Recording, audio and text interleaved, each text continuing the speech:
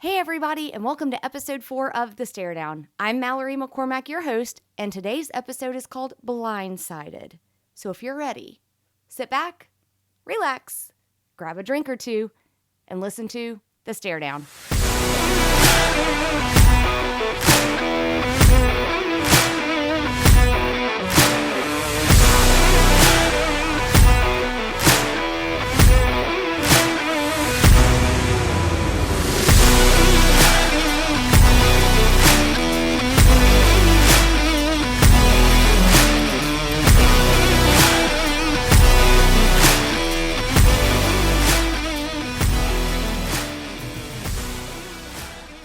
Alright, so today's episode is obviously going to involve the filing that happened in a Tennessee court this week between Michael Orr against the Toohey family.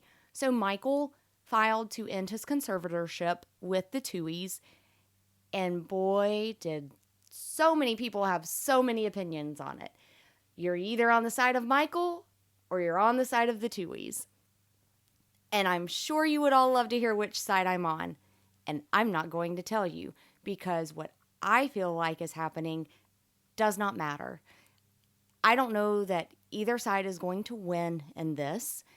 I don't know that this is something I really actually want to play out and see how it plays out, because at the end of the day, this is a family that is being torn apart for various reasons. Money, past trauma, you name it, it's being brought up. And it is not a good situation. But what I do want to address about all of this actually ties into a situation that I had this week. And you've got to love these keyboard warriors. They get on Twitter, they get on Facebook, they get on a news article, and they leave a comment. And of course, they know everything about everything. Their cousin's brother's mother knows the boyfriend of the paralegal that works in a law firm next door to the Toohey's office. You'll end up with all of those things, right? And then they put their opinion out there. Well, he's just in it for money. Or why would they try and make money off of him? They already had plenty of money. But that's not the point, guys. The point of the matter is there's a family being torn apart. There is a lot of trauma in his life that has been very well documented in both the book, The Blind Side, and his book, I Beat the Odds. And I believe he actually has a new book out as well. I haven't had a chance to check it out, but I have read both The Blind Side and his book, I Beat the Odds. And y'all, Michael Orr was portrayed very poorly in the movie. He was made to seem like he was dumb, like this sweet white family took him in, and without them, he would be nowhere, and they made sure that he had this high football IQ by the time he got out of high school and all of these things. But if you read the book, The Blind Side by Michael Lewis, you actually find out that that's not the truth. The movie was made within the Hollywood confines. It was made to be even bigger and better than it truly was in real life. More feel good, more heart-wrenching. But Michael actually knew football. He was actually very smart, very intelligent. He was a phenomenal basketball player as well, which most people don't know if you just watch the movie. But Michael's an extremely athletic guy. And so the Tooheys taking him in did not make his football IQ go higher. Did it maybe provide some opportunities that he wouldn't have had previously? Sure. Beyond that, I don't really care to speculate about anything. All I know is he went to Ole Miss. He was amazing on our offensive line. He went on to be drafted by the Ravens in the first round. He won a Super Bowl, and now he has a beautiful family. His wife, kids, love it for them, happy for them. He's now dealing with some stuff and having to do it in a way that he feels is necessary for him. And that's not my place to judge or speculate as to why. Now, for the Tooheys, I honestly feel like they probably were coming from a good place, wanting to help. I don't know them personally. I don't know anyone who knows them very well personally, but I'm never going to speculate on something that happened, honestly, close to 20 years ago at this point.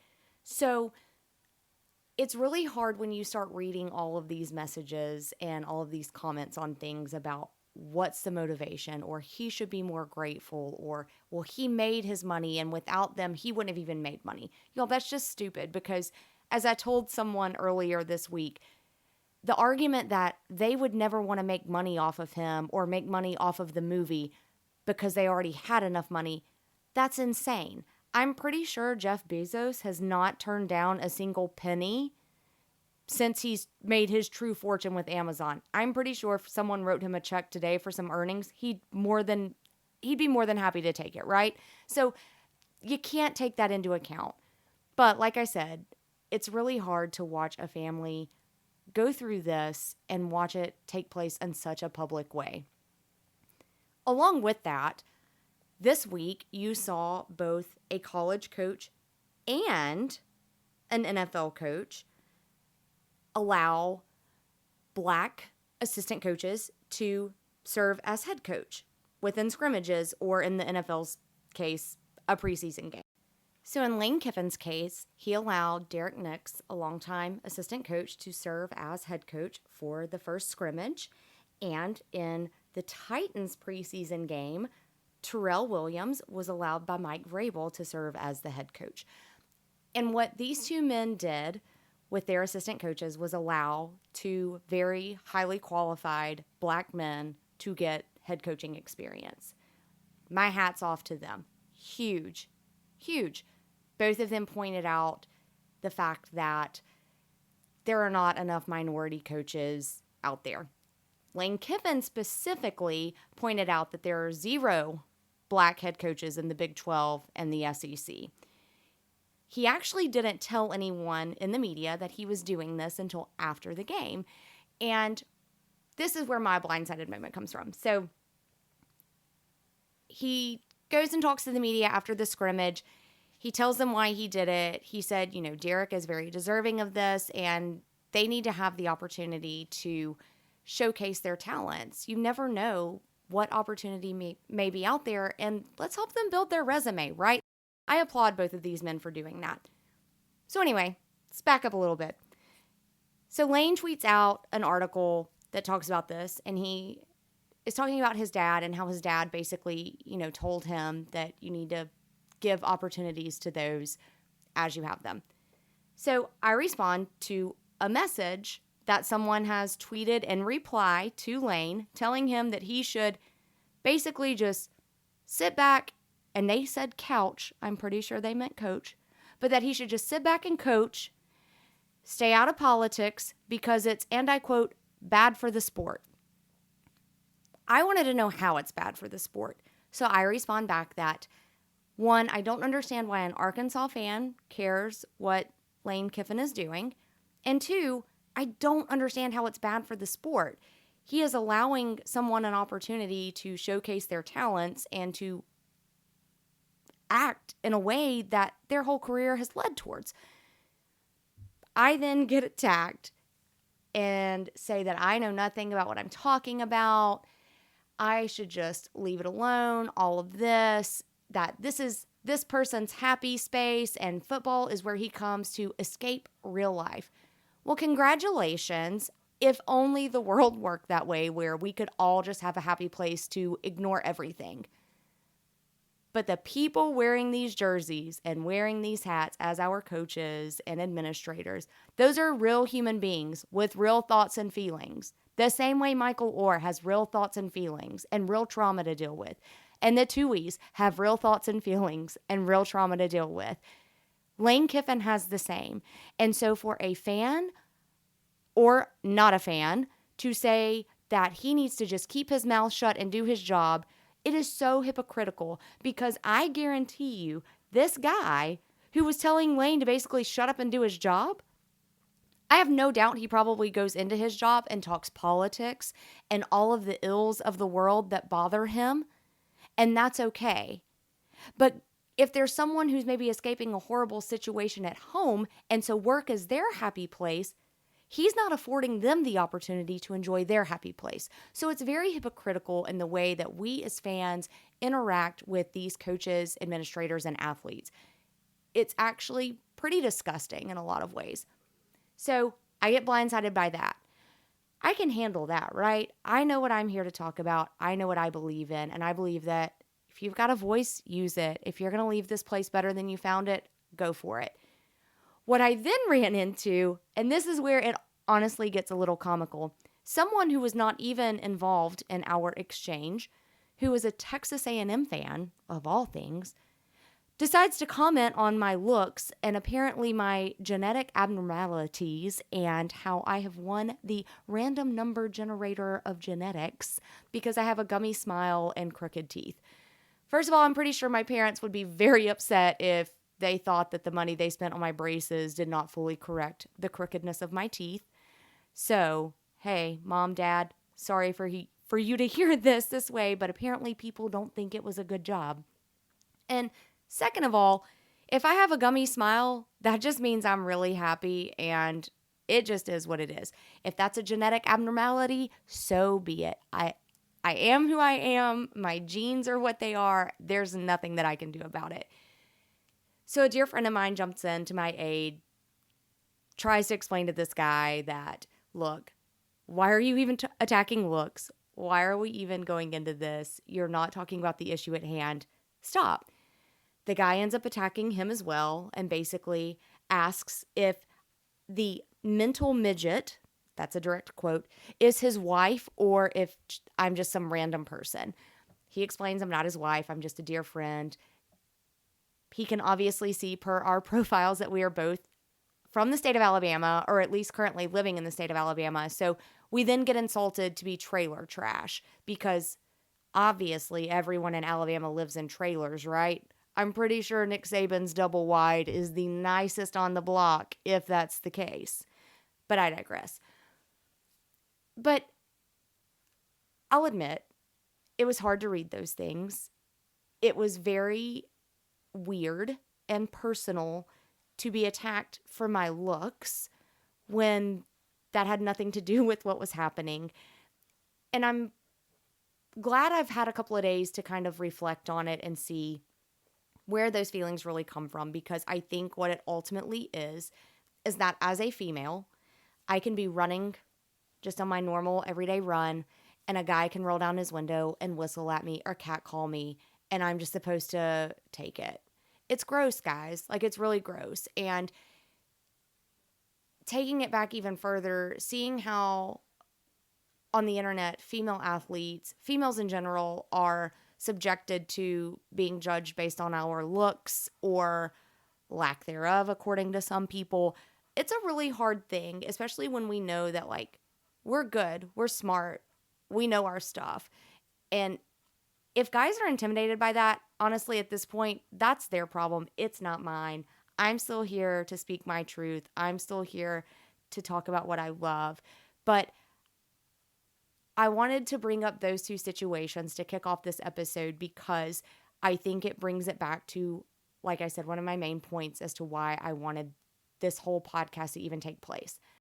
We as fans have to remember that the athletes we support, the coaches we support, they are human beings.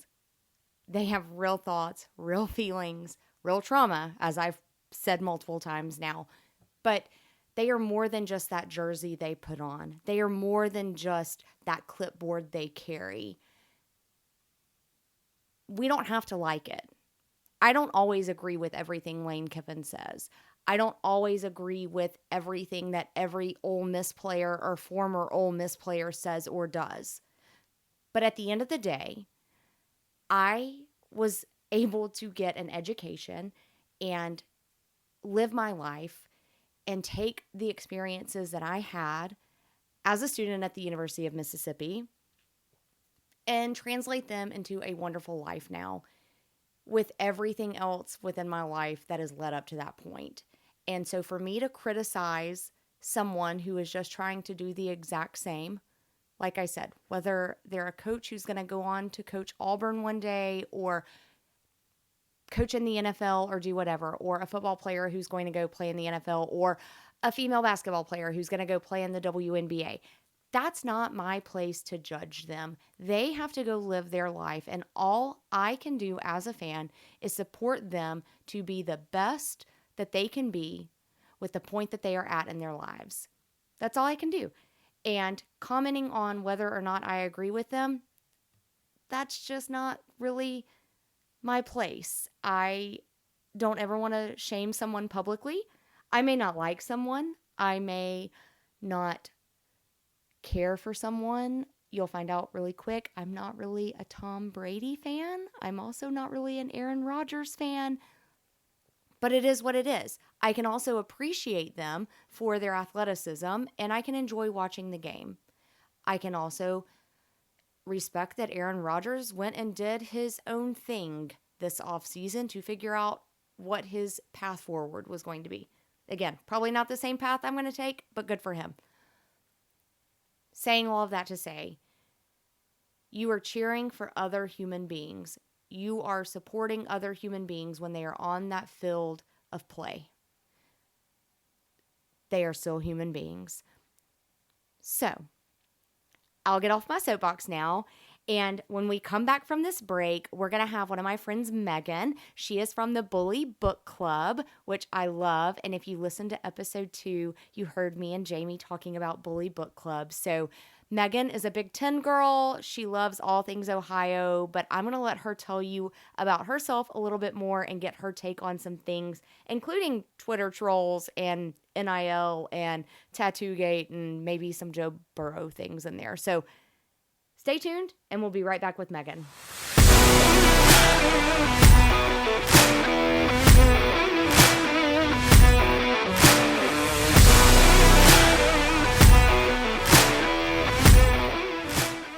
Welcome back. Hope you enjoyed your break. We now have Megan with us. Hi, Megan. How are you? Good. How are you? I'm wonderful. So I've already told everybody that we met through Bully Book Club. We're in the same chat group, but I want you to tell our listeners a little bit about yourself, maybe your favorite teams, favorite sports players, if you play any sports. So yeah, take it away. Awesome. Well, so I am from Ohio, grew up in Cleveland. So my first teams growing up were Ohio State and then all of the Cleveland teams. My dad's from Cleveland originally and, it bleeds orange and brown for the Browns. And, so I always grew up with that. And I think it's kind of an interesting perspective because, I didn't know what a winning team really looked like. That could, kind of cross the finish line until you had the Buckeyes national championship win in the Miami game. So, but yeah, I grew up with all of those teams and still, support the Cavs and the Guardians. And then I live in Cincinnati now, and my husband is a big Bengals fan and obviously Ohio State fan too. But Right. It's kind of interesting because I have definitely adopted, I would say, the Bengals over the last couple of years. I mean, the Browns made it really easy with all the Deshaun stuff. I mean, if nothing else, they made me feel bad for Baker, and that's an awful feeling. Yeah. Oh, yeah. Who's gonna eat, right? I mean, it's Baker. Right. But also everything else, which is incredibly horrible and just makes it very difficult to support the team. I have mixed feelings because I do know on some level if they ever manage to win anything that my dad and his 70 plus years of supporting them would absolutely be thrilled. But I just personally can't cheer for them, especially when we have a really positive team overall here in Cincinnati now. It's like a young team. We've got a young coach, and just everyone seems to be trying to do the right thing. Yeah. And you probably have the hottest quarterback, well, outside of Mahomes, which he's just insane. But you've got Joe, and Joe Joe Cool. He is Mr. Bengal, I feel like.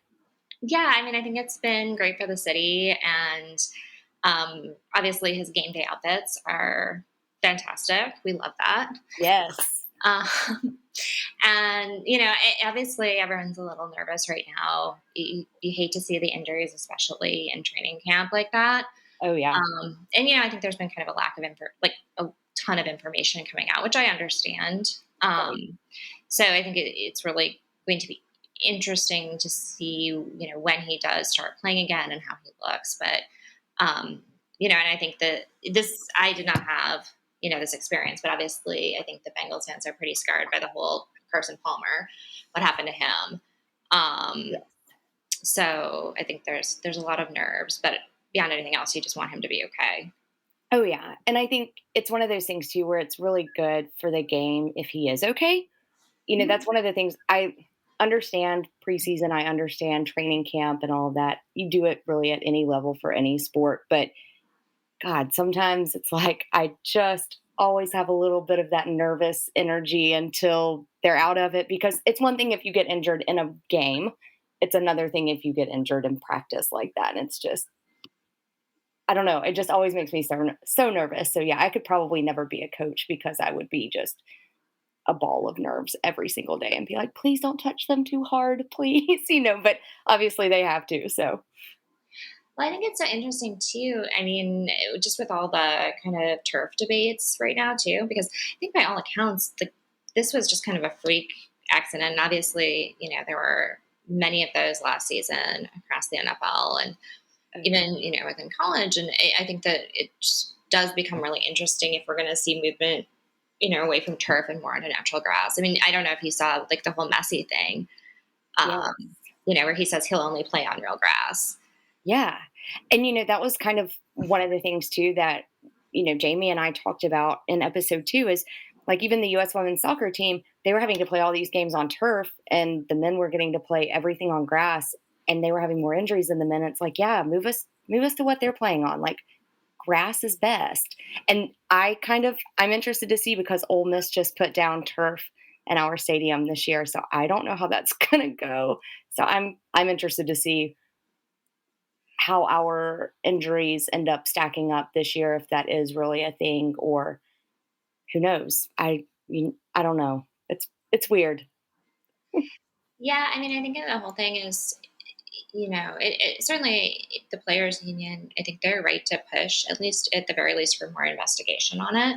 Yeah. Because they know better. Like, we can all watch, we can all see what the injuries look like. We can see, obviously what we see on TV, but they know what it actually feels like.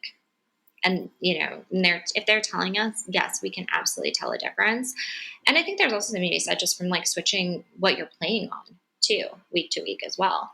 If you're used to how natural grass is going to accommodate different ways you move and how it's going to respond, and then the next week you go play on turf and you're bouncing back and forth, I think that's something to consider as well.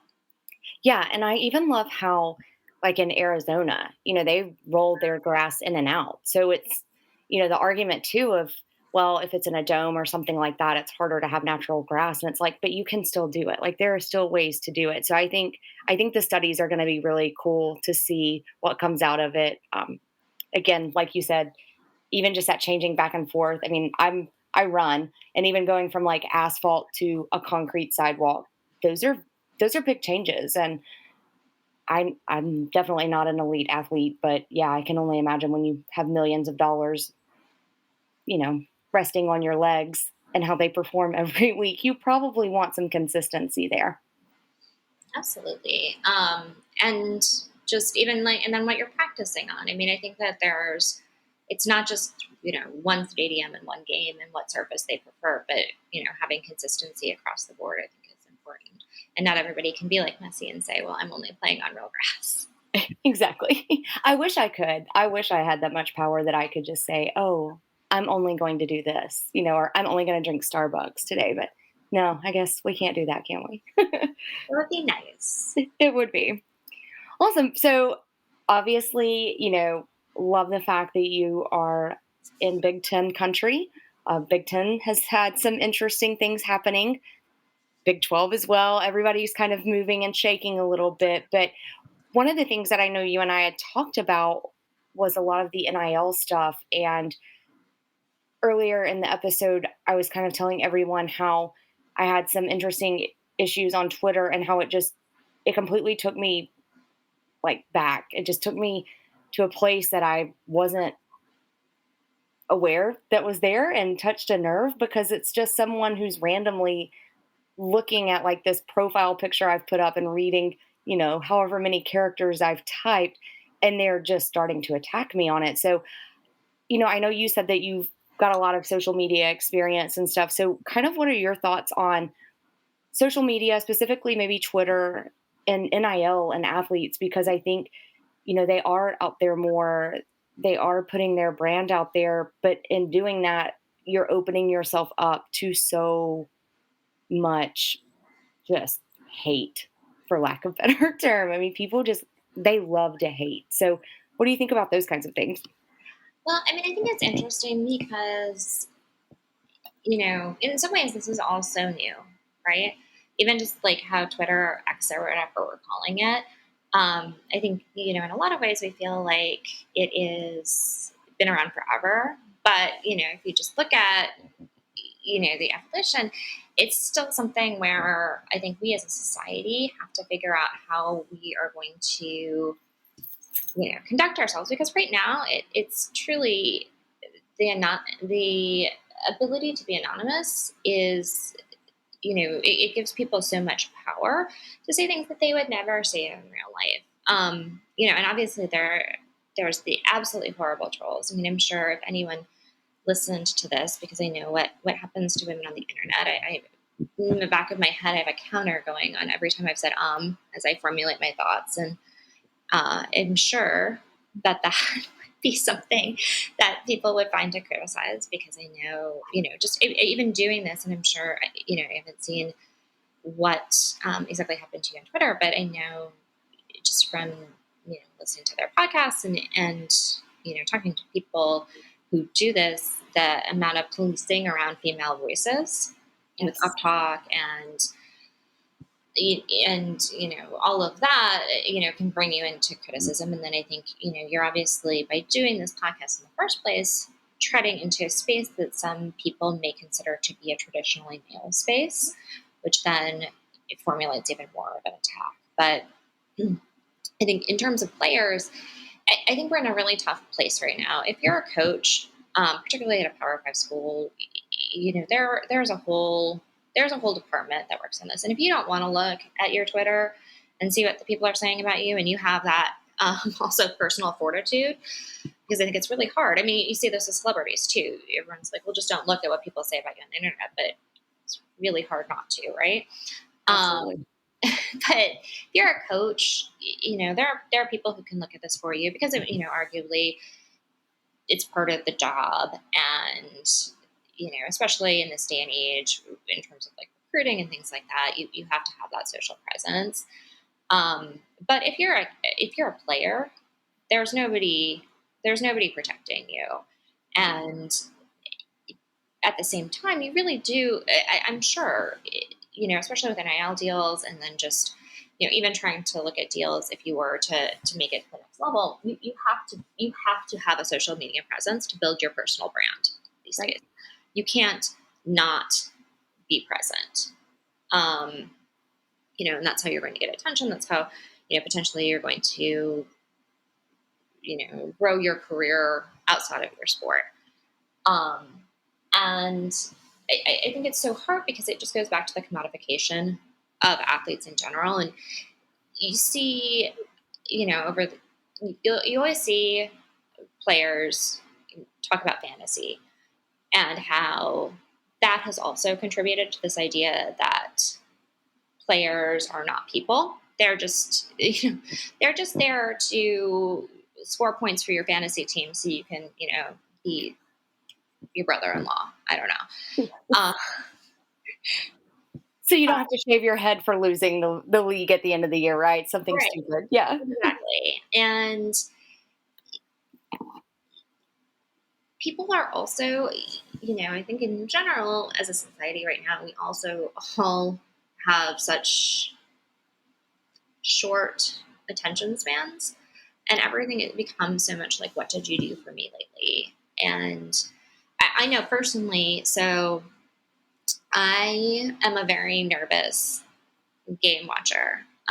Yeah, I'll pace if, things are happening that starting to feel stressed about my team. I will often, bad habit, but I will go onto Twitter for, some sports writers I like and, who support my teams, and just kind of like see what people are saying, you know. And a lot of times you'll go on and I don't know, maybe Ole Miss fans are better, but I do find that a lot of Ohio State fans in particular, especially last year, it'd be like the first play of the game just had kickoff, and you know, people are on there like, I can't believe we didn't, return for a touchdown. Coach Day should be fired. How is he still our coach? We need to get him out of there. And you're just like, guys, they've been playing, the game just started. Yes. Oh no, and don't worry, Ole Miss fans are not better. Same. Like, they're awful and they say stuff like that, and why is this player still there? How dare he, make a mistake? Yeah, it's disgusting. I have a hard time with it because I just want to defend them. Like, I want to defend them all. And I think it's just this idea of, like, this kind of anonymous forum that we've created, because you also wonder, you're like, would you say half of this stuff in person? Because if you would, I don't even know who you're watching the game with, right? Like, just the amount of sheer negativity, even when things are going well. I mean, and you can tell me, again, maybe Ole Miss fans are better, but then you have this contingent of people who, okay, they won, but they didn't win by enough points, so Coach Day should still be fired. Yes. Or Jim Knowles should be fired because, they missed, some blocks or something, it's just unrelenting. And I know from personal experience, like last year we were watching the Notre Dame game, and my cousin was in a place where he was getting very nervous, and so he's like, oh, I don't know, I feel like they're going to lose. I feel like they're going to lose, and we kicked him out and we made him go to another room because you cannot have that kind of negativity. So I wonder too, some of these people, you're like, are you watching with it? Like, how can you just live in this like cesspool of negativity where nothing is good enough? And I mean, don't get me wrong, like, we're all fans. Like, there are certainly things you say, when you're watching a game, like, I can't believe we're calling that play again, or like, what is going on here? I mean, I'm certainly guilty of that myself. Like, Oh, absolutely. Like, Strat last year, you're like, what? Run the ball. Just Run the dang ball, Bert. Run the dang ball. Yes. exactly. Yeah. But then you're not then writing, 50 tweets, just doubling down on it. That, Yes, to your point, then kids are seeing, because that's what these guys are. Like, they are kids. they are. Especially, it's one thing if you're, complaining about NFL players, although arguably some of them are still kids. Yes. But at that point, they're doing a job. They're professional, and say what you will about the NIL. Like, these kids are still, they are not doing a job, right? I mean, they are playing a game as part of their college experience, and we can argue about how true that is in this day and age, especially with NIL. But at the same time, it's not the same situation. Like, these kids do not have contracts; they are not protected if something happens to them. Yeah, and you sign away things when you go to the NFL, for example.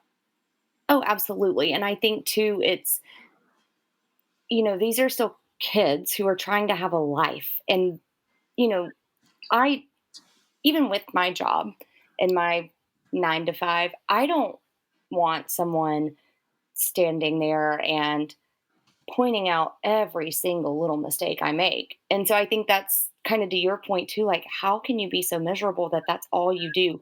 And like the one guy told me this week that football is his happy place. So if that's really your happy place and you're still that miserable, like, what kind of life do you live? And I do feel sorry for you because it is supposed to be an escape. It is supposed to be fun.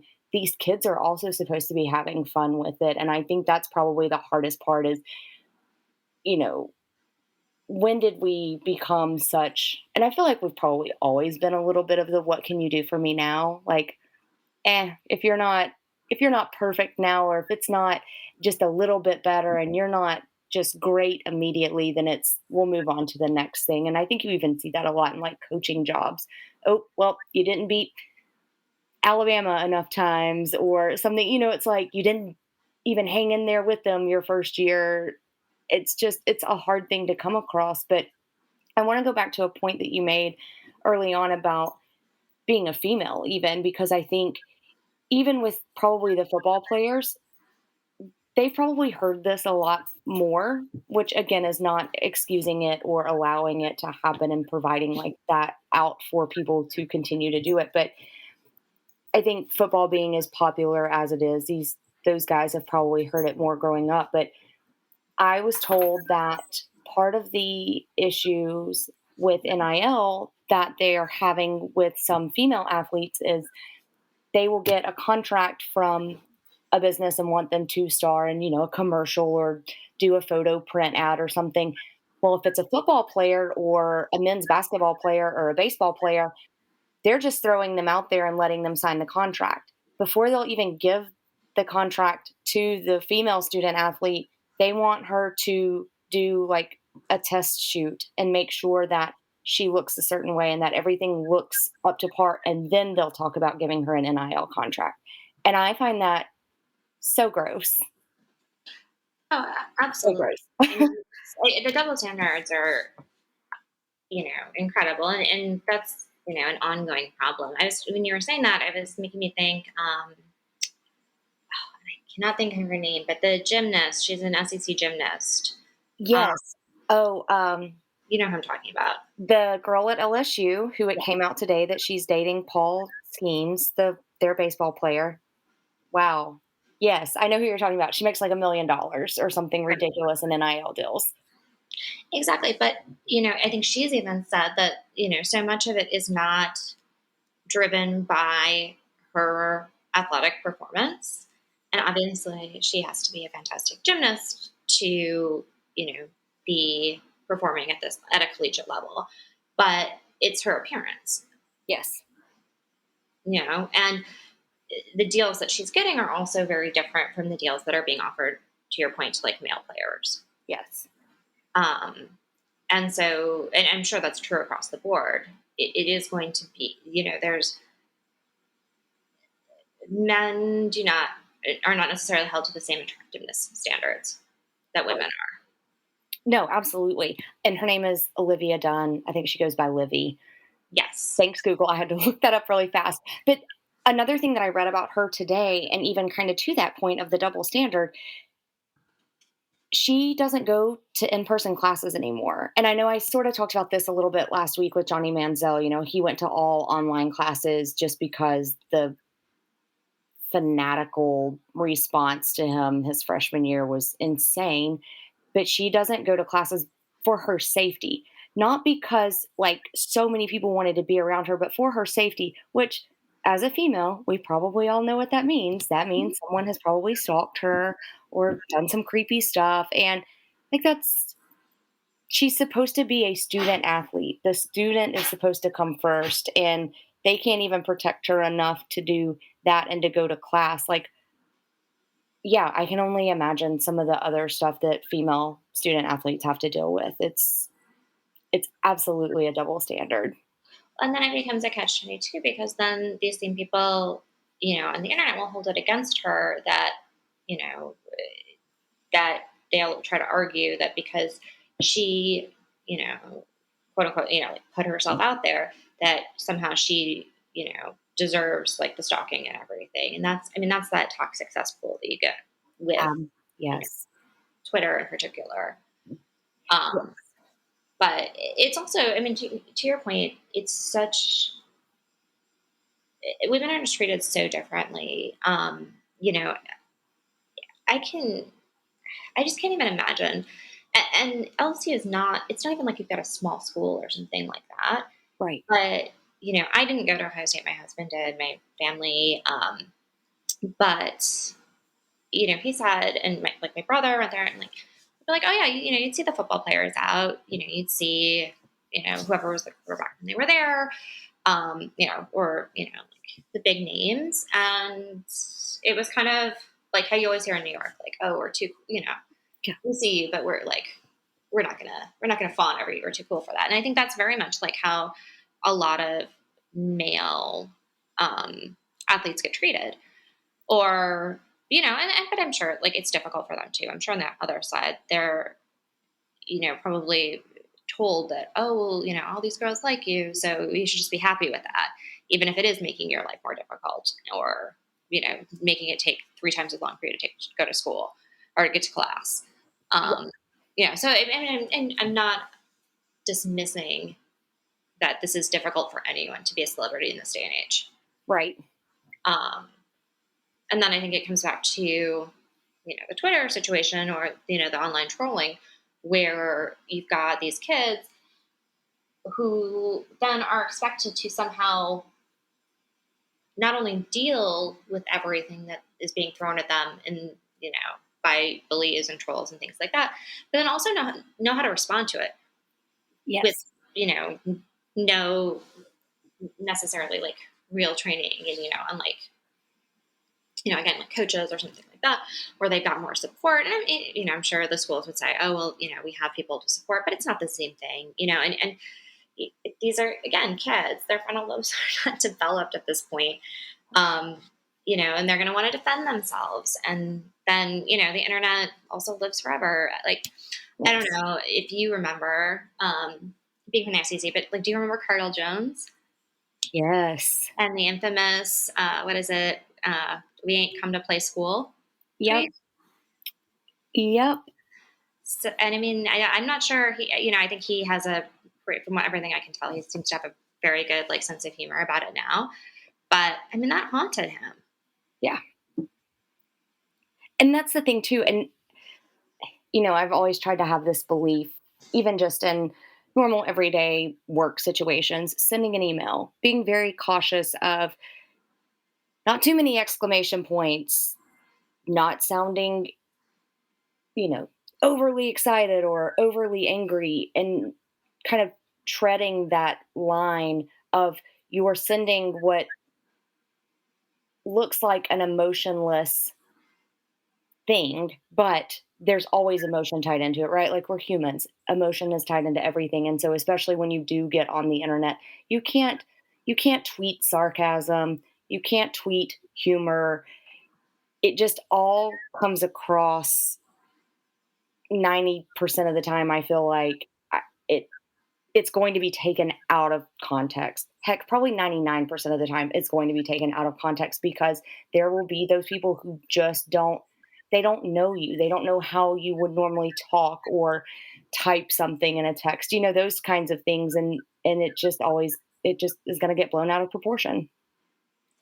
I don't know. I don't know if you want to follow somebody affiliated with OSU, but so Jim Knowles, his sister, has a pretty prominent Twitter presence, and I think she's great. I think she's obviously very knowledgeable about football, and you know kind of has created this presence over back when he was at Oklahoma and then coming here. But at the same time, you can see like the kind of stuff she deals with too. I mean, Yeah. people will just, there are some people, who want to have the conversation with her and engage in, like a pleasant, normal way. And then there are the people who, are braiding her because, her brother is the defensive coordinator at Ohio State, and they don't like, how the decisions he's making.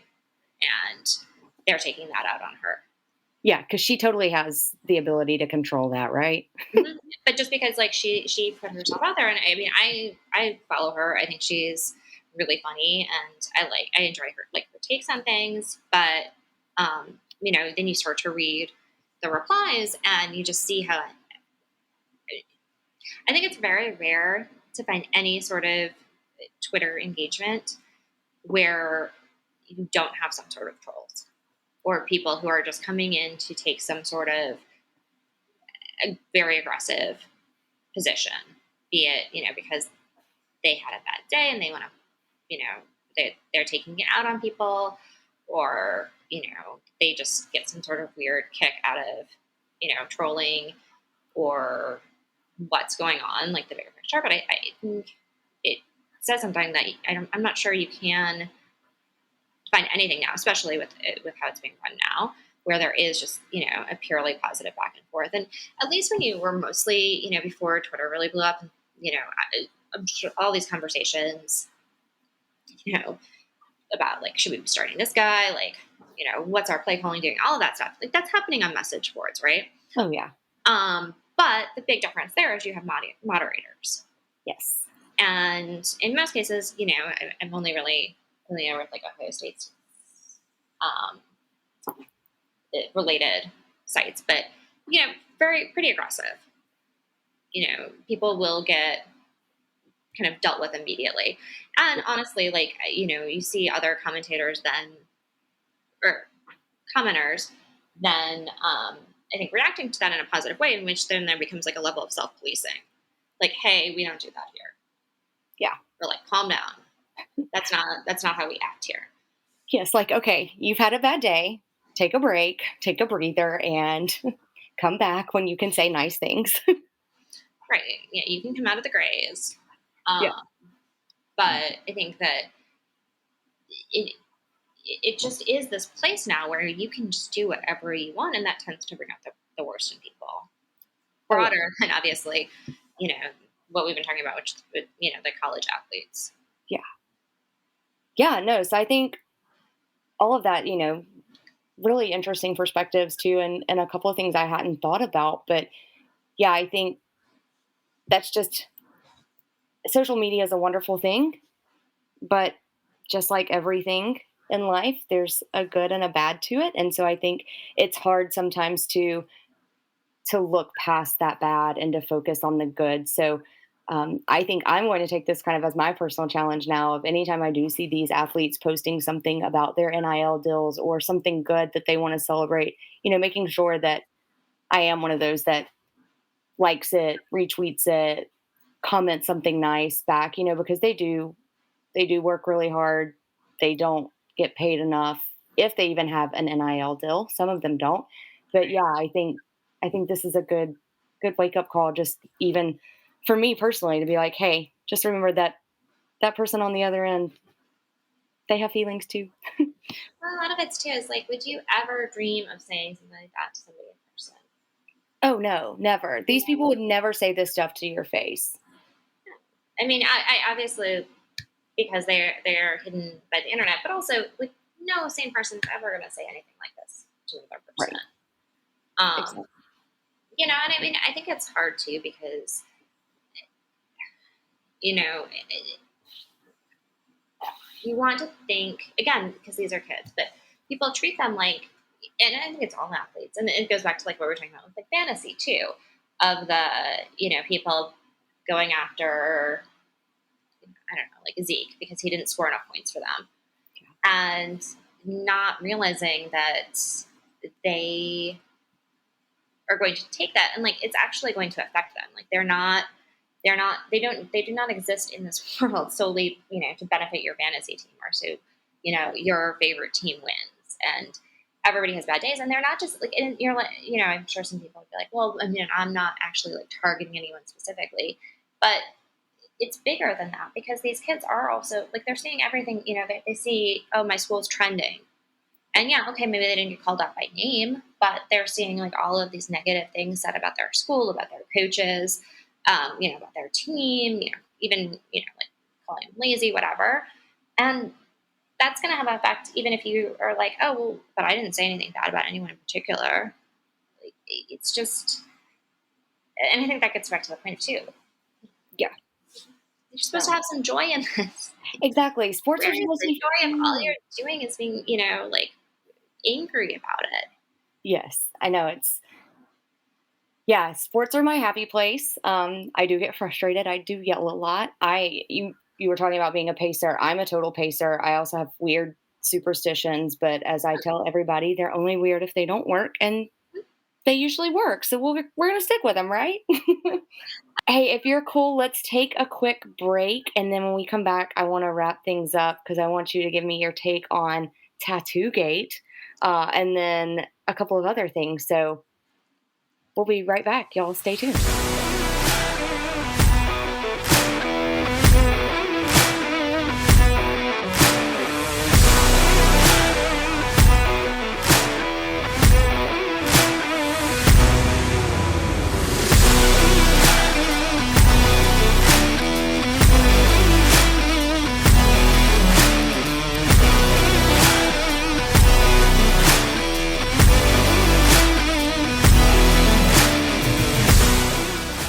All right, and we're back with Megan. So, Megan, I know you reached out after last week's episode, and of course, my little SEC loving heart, I gave my two examples, but Tattoo Gate, that's your big NCAA scandal. So, I want to hear all of your thoughts on it and kind of get your perspective from it and what that was like because it again, looking back on it now and knowing the way things are now, it seems so insane.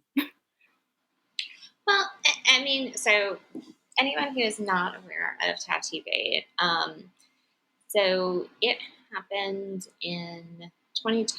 Well, I mean, who knows? I don't know exactly when the violations happened, but it all started to come to light in 2010. And basically, we had five Ohio State players, including our quarterback at the time, um, Terrell Pryor, and they had taken some Ohio State memorabilia and they had basically, in essence, traded it for tattoos at this tattoo parlor. And so it was like jerseys. And the one thing that I think always got to Ohio State fans was if you win against Michigan, I don't know if you knew this, Mel, but you get golden pants. Oh, Yes.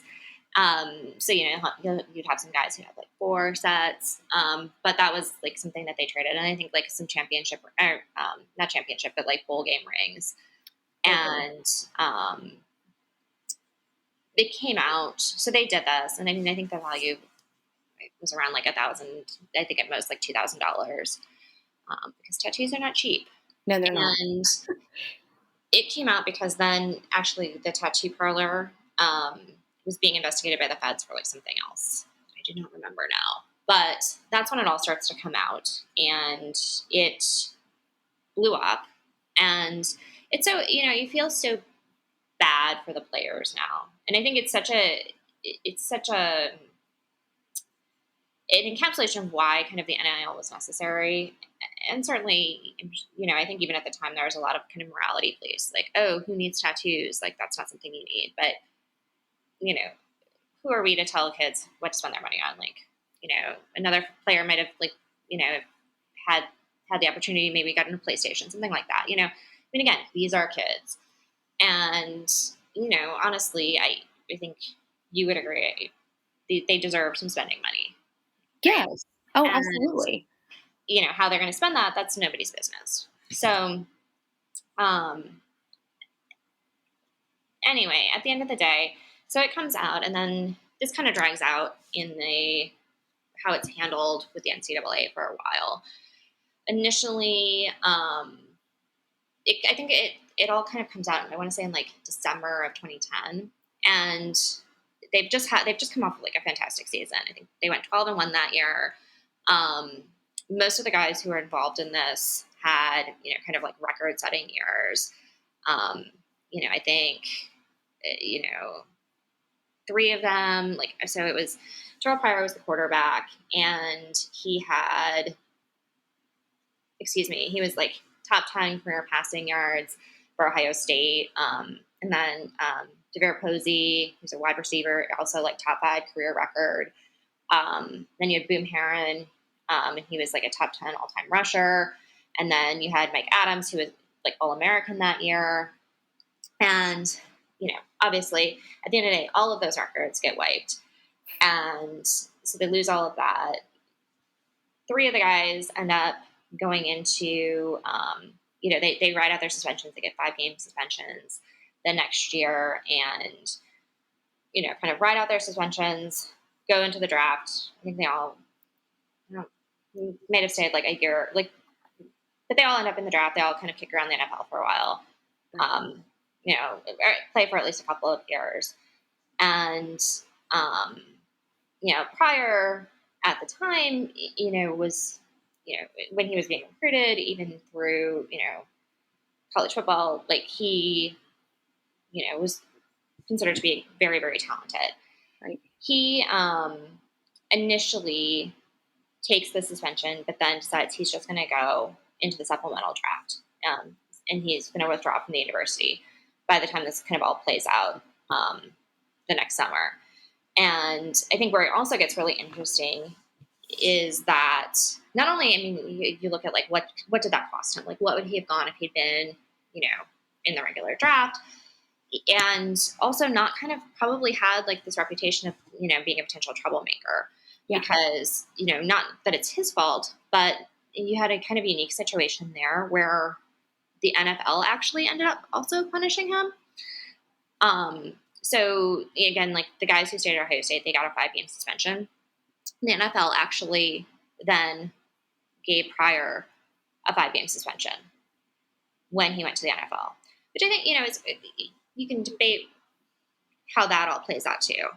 And, right. Did the crime actually warrant this? And, how is the NCAA influencing then what the NFL is doing? And, bigger points around consistency. And then of course you have the fallout with the coaching. So Jim Tressel was the coach at the time. He's pretty widely beloved in the Ohio State community. Considered to be a very good guy. I mean, he just, I think, retired this year. He's president of Youngstown State. Again, like known for like putting like players and students first. And, this whole thing happens there. And that brings in the whole Urban Meyer era of college football at Ohio State. And it's just really, like that's another thing that's so interesting about this too, right? Because if this doesn't happen, does Urban Meyer go back to college football coaching? Right. Right? Because like otherwise, you just look at what's happening at the time. Like, I mean, you can disagree on this, but I don't see a situation where he goes to another SEC school, right? Oh no, there's no way. So let's say he is like thinking about he wants to coach again at this time. Well, and there are like everybody always talks about the schools that he said he would go to, and it's like Notre Dame, Penn State, Ohio State, and like there's some debate over Michigan. But if you just kind of look at the facts at the time, it's kind of an interesting hypothetical because you've just gotten Brian Kelly hired at Notre Dame like the year before. Yeah. He's not going anywhere, right? Right. It's the beginning of the Brady Hoke era at Michigan. How long that might have lasted if Urban was on the table, who knows? But, I think also coming off of like the Rich Rod era, Urban style might not have been seen as a great fit, just considering everything that happened with Rich Rod. Penn State's about to blow up and become toxic. Yes. And then, nobody, like Urban's never going to go there after everything that happened. Well, and they want a coach that is going to be fully clean. And let's be honest, that's not Urban Meyer. Well, also that. But just, if you're thinking about like where he could have gone in the college football landscape, and once you get like Hoke and Brian Kelly locked in these contracts, I think a lot of fans would have been like, oh, you could just drop him and go to the better option. But like, that's not how contracts work. Right. And like what buyouts look like and how expensive this all is for the schools. So you're kind of locked into all these coaches. I mean, the only other one I guess you could put potentially on the table is USC, but they're coming off of their own problems, with Reggie Bush and Pete Carroll fleeing to the NFL. Yep. And you've started the Lane Kiffin era, and everyone's pretty hyped on him at that point. For whatever it's worth. Man, we've come such a long way. Exactly. But at the time, he was, considered to be a very, very good catch. And so, really, if Tattoo doesn't happen, and Tressel's contract at the time was through 2014, you know, within the Ohio State community, I think you could have a debate over whether or not the program would have achieved the levels that fans expect it to. He could have continued to evolve with the times. But I think after what happened with the two national championship losses, really seeing the program is on an upswing at that point. Again, you're 12-1. Then the NCAA makes this very self-serving decision to not do anything when this all comes to light in December and let them play the Sugar Bowl against Arkansas, which then they win and they have a great game. So arguably, adjustments have been made. The program is on an upswing. No reason to get rid of Tressel through his contract. I think if Tattoo doesn't happen, I would bet money he gets to, regardless of anything happens. I think it would continue to be on the same trajectory, but regardless of what happens, I think he gets to ride out his contract and retire on his own terms. Right. If he wants to, right? So that locks up Ohio State. So where does Urban Meyer go from, call it 2010 to 2014 if he wants to get back into college football? Right. But, I can't, I was actually thinking about it earlier because we've been talking about it. I don't know. I don't know. I don't know that he waits until, if Ohio State's his dream job, I don't know that he necessarily waits until Tressel's ready to retire. / at that point, have you been grooming Luke Fickell to take over the program? And do you, is Urban Meyer that attractive? Again, if we're playing out the hypothetical in 2014-15, right, that you just pivot all of your planning to pick up Urban Meyer, who at that point hasn't coached in, 6 years? Yeah. So we could have, if Tattoo doesn't happen, we could have just never had another Urban Meyer era in college football. Yeah. Which is just wild to me because he was such an integral part of that, that time frame, right? And you're right, because you do have the Lane Kiffin at USC, you have all of this happening, and so you're starting to see these younger guys come in, and Urban is by no means, an old guy, but he's a younger guy who has that proven winning record, and that he can take programs and go do good things with them and go compete for national championships. And so I think, that was it was kind of that weird perfect storm that happened. But, I remember looking up when you said you wanted to talk Tattoo Gate. I looked up the amounts, and we're talking $2,500 that these kids got. We're not talking. Well, and it's not even money. I mean, it was services. Yeah. And it's so. For stuff that they arguably owned. And, granted, even today with the NIL, you wouldn't be able to do this. Right. Right? You cannot take your game jersey. You can't take your memorabilia as long as you are affiliated with that school and sell it, right? Exactly. Because then obviously we've got this whole kind of fiction that the schools are not anything to do with the NIL. Right. But at the same time, this never happens if you have the NIL. True. There's never a need for these guys to go and do this because they are, getting their piece of the NIL pie. Yeah. And they can even go and get tattooed for free, quote unquote, and then let the tattoo shop post a social media post with them getting tattooed there. Exactly. And that's all perfectly fine now. So yeah, it's crazy to me how even things like that, just it changed everything. Coaching wise, landscape wise, just with programs as a whole, because programs have crumbled for this kind of stuff. Absolutely. Well, and I think it's also, this will show my, I will not offer any opinion on it besides to say it is interesting because I do not want to, show my bias, but I do think it's very interesting how what's happening with Michigan and Harbaugh now. Yes. And this whole you're going to be suspended for 4 games next year. Just kidding. It'll be a year from now. Yeah. We don't accept your punishment, so we're going to wait a whole year. Okay, well then what if he goes to the NFL? which is probably what's going to happen because, like, Oh, this is yeah. where I do have some sympathy for Michigan because it does seem like your coach is trying to bolt to the NFL.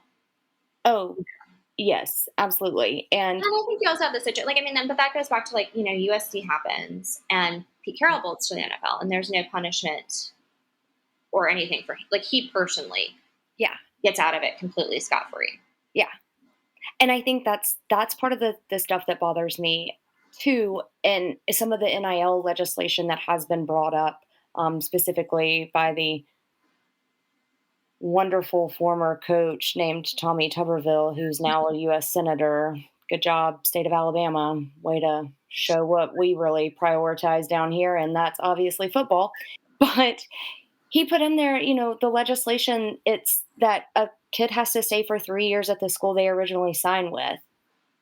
Okay, well, say this happens there and a kid wants to bolt and go somewhere else because, oh crap, the coaches aren't there anymore, or, ooh, we're going to be put on probation. Like, Or even not what? even like something happens, like the coach, like say, like, take whatever is going to happen with Harbaugh and the NCAA right out of it.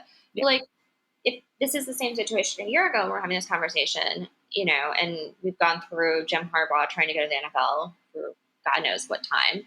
right. Like, what if your coach leaves? Like, not because anything happened, Yeah, not because, like, anything bad. Like, there's nothing bad. It's just your coach decided he wants to go to the NFL. yeah, Like, you know, that's it. there's no, you're not trying to get away with anything, but you know, you don't have a right to decide who you want to play for. Exactly. No, I don't like that. I don't like it at all. It's very restrictive. It's very controlling. And I think it goes back to exactly what you said earlier. It's a way to continue to hold them as commodities instead of people. And I have a big problem with that. So yeah, it's kind of gross. But no, I think those are really interesting takes though on Tattoo Gate, and good analysis of like, okay, if this hadn't happened, then what about this or this and this team's coach? And I think, those are things too that people don't realize stuff like that plays out. And And here's a question for you, Mel, and yeah, you don't have to answer it. Maybe you can think about it for your next episode. But how do you feel about, so all of the guys who are involved with Tattoo Gate have petitioned to have their records reinstated, right? yeah. Obviously, Reggie Bush asked to have his Heisman back. Hmm. Do you think that they should get them back? Yes. I mean, I do, obviously, but Yes. um, You you know, earned it. It doesn't matter to me. It doesn't matter what happened off the field. You earned that. I mean, Johnny Manziel admitted on Untold that he didn't take his own piss test while he was at Texas A&M. Are they going to take his Heisman away from him for that? good, I and mean, that's where you get into like all these double standards too. yeah, absolutely. And so yeah, no, they absolutely don't even have to Reggie think Bush, about it. that makes me see, like, I would be so angry if I was Reggie Bush. Like, Yes, seriously. yes, the Heisman. Ooh, I'm gonna have to do a whole episode probably on the Heisman because they lost so much credibility with me when Peyton Manning did not win. Well, I think it's just so, like, I mean, I have other thoughts on that, and I know we need to wrap it up, but Agreed. I just think it's interesting too if you do that episode of how it's become just it's really just become an award for the top quarterback. Really, really. Yeah, it Yeah. has. Once in a while we throw in, like a running back, but like it's really just about the top quarterback, and And I don't. That's not what it was supposed to be. no, and who's the most popular player? I mean, let's be honest. Does Manti Te'o make it to the top three if the whole world doesn't feel bad for him and his girlfriend? I mean, I mean, that also raises questions of like, what were we doing as journalists? exactly. Oh, yes. So many journalistic questions here, too. So, yeah, we'll definitely have to probably have another episode on just that, and we'll get into all of those because I know you've got to get that sweet pup to bed, and mine are acting crazy. So, but to wrap it up, I have started asking all my guests this. So I've got to know yours. If you had a walkout song, what would it be? Well, I think that the closest analogy I can give you is like when my husband and I got married. There's kind of the tradition that you do where like the wedding party gets announced and everything. Yes. And we were both fully aligned that the song we wanted leading up to that was the version of Hang On Sloopy by the Ohio State Marching Band that includes the a cappella singing by the band of Hang On Sloopy. So I'm sure you were not familiar with that. I am not, but I will now go check it out. Because we do have at Ohio State, I think fairly undeniably the best damn band in the land. So yeah, they're pretty good. But yeah, so I would have to pick that because it gives me goosebumps every time I hear it. I love that. I'm now actually going to have to go find it and listen to it. Yeah, so I really love that. And I think it's true to your roots, and that's what a walkout song's supposed to be. So I like that answer. Yeah, I'll have to find you the link and send it to you. Okay, awesome. It may not have the same effect on you, but yes, I was gonna say I will also link it in the blog post for this week's episode. So if you're listening, it'll be in the blog post. Go find it.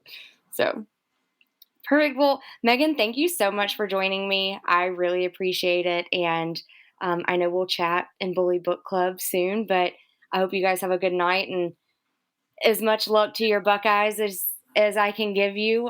If somehow my Rebels play your Buckeyes, then I don't know that I'll be wishing you a whole lot of luck. But other than that, I hope you'll have a good year. I'm excited to watch. Y'all actually did get a kid that transferred to Ohio State from Ole Miss. His name is Tywon Malone. He plays baseball and football, and I think he's going to be a really good fit for y'all. I think he's actually going to play both ways as well. So I'm going to be watching him. I'm a fan. That's awesome. Yeah. So you don't see that at all anymore.